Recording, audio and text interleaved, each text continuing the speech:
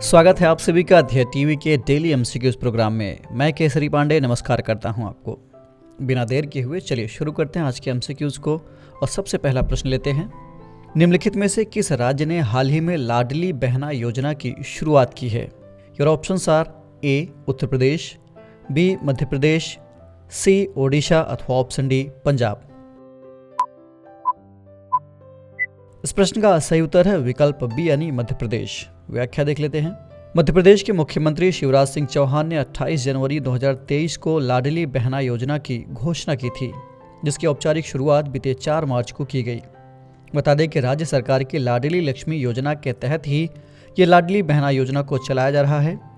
इस स्कीम के अंतर्गत हर महीने की 10 तारीख को राज्य की पात्र बहनों यानी मध्य प्रदेश की मूल निवासी जिनकी आयु 23 से 60 वर्ष है, इनके खाते में 1000 रुपये ट्रांसफर किए जाएंगे।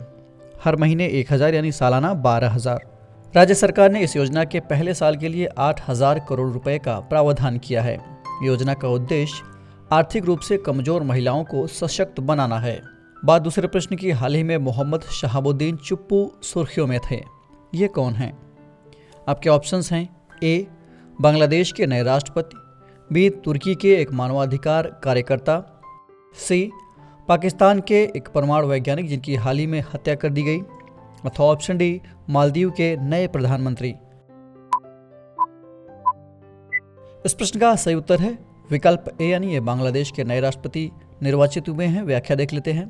पूर्व न्यायाधीश और स्वतंत्रता सेनानी मोहम्मद शहाबुद्दीन चुप्पू को बांग्लादेश के 22वें राष्ट्रपति के रूप में निर्विरोध चुना गया। 74 वर्षीय मोहम्मद शहाबुद्दीन ने राष्ट्रपति मोहम्मद अब्दुल हमीद की जगह लिया है।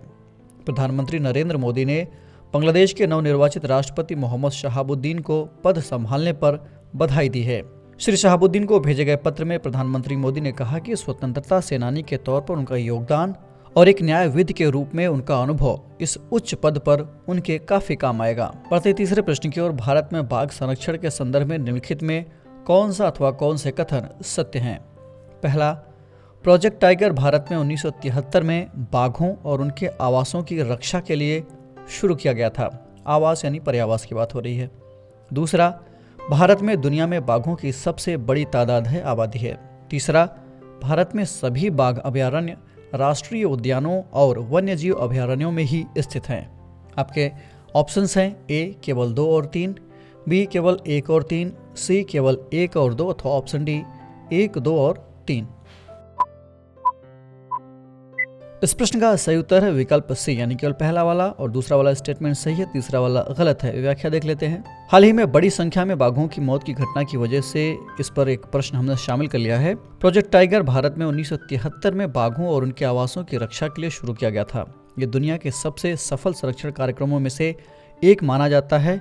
ऐसे में इतनी बड़ी संख्या में बाघों की मौत से इस पर सवाल उठने लगा है, इसीलिए कथन एक सही है। भारत में दुनिया में बाघों की सबसे बड़ी आबादी है। 2018 में नवीनतम जनगणना के मुताबिक भारत में अनुमानित 2967 बाघ थे, जो दुनिया की बाघों की आबादी का 70% से अधिक है। इस तरह दूसरा वाला स्टेटमेंट भी सही है। वहीं भारत में कुछ बाघ अभयारण्य राष्ट्रीय उद्यानों और वन्यजीव अभयारण्यों में हैं, उनमें से सभी नहीं हैं। कुछ बाघ अभयारण्य जैसे ओडिशा में सिमलीपाल और तमिलनाडु में सत्यमंगलम संरक्षित क्षेत्रों के बाहर जंगलों में भी स्थित हैं। इसीलिए तीसरा वाला स्टेटमेंट गलत है। बढ़ते हैं चौथे प्रश्न की ओर। हाल ही में समाचारों में रहे यूक्रेन के निम्नलिखित शहरों को उत्तर से दक्षिण के क्रम में आपको व्यवस्थित करना है। पहला है चेर्नोबिल, दूसरा है खेरसॉन, तीसरा है खार्किव।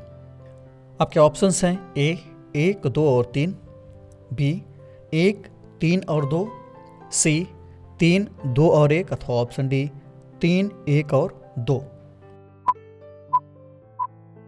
इस प्रश्न का सही उत्तर है विकल्प बी।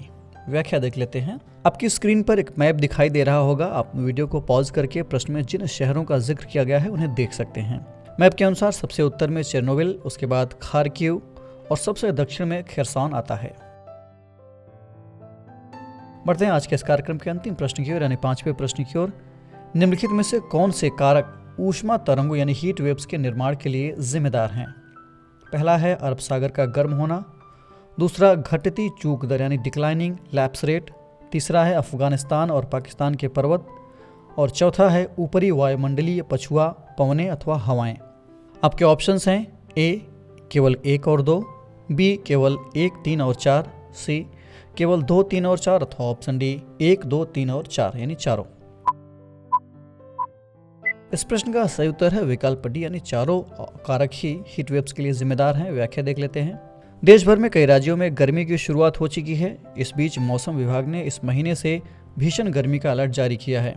साथ ही मौसम विभाग ने हीट वेव की भी बात कही है, इसीलिए इस प्रश्न को शामिल कर लिया है। नेचर जियो साइंस द्वारा किए गए एक अध्ययन के मुताबिक निम्नलिखित प्रक्रियाएं हीट वेव के निर्माण में योगदान करती हैं, जिसमें से पहला है गर्म वायु स्रोत की उपस्थिति, दूसरा है अरब सागर का गर्म होना, तीसरा है घटती चूक दर यानी डिक्लाइनिंग लैप्स रेट, चौथा है अफगानिस्तान और पाकिस्तान के पर्वत और पांचवा है ऊपरी वायुमंडलीय पछुआ हवाएं। इसलिए ऑप्शन डी सही है।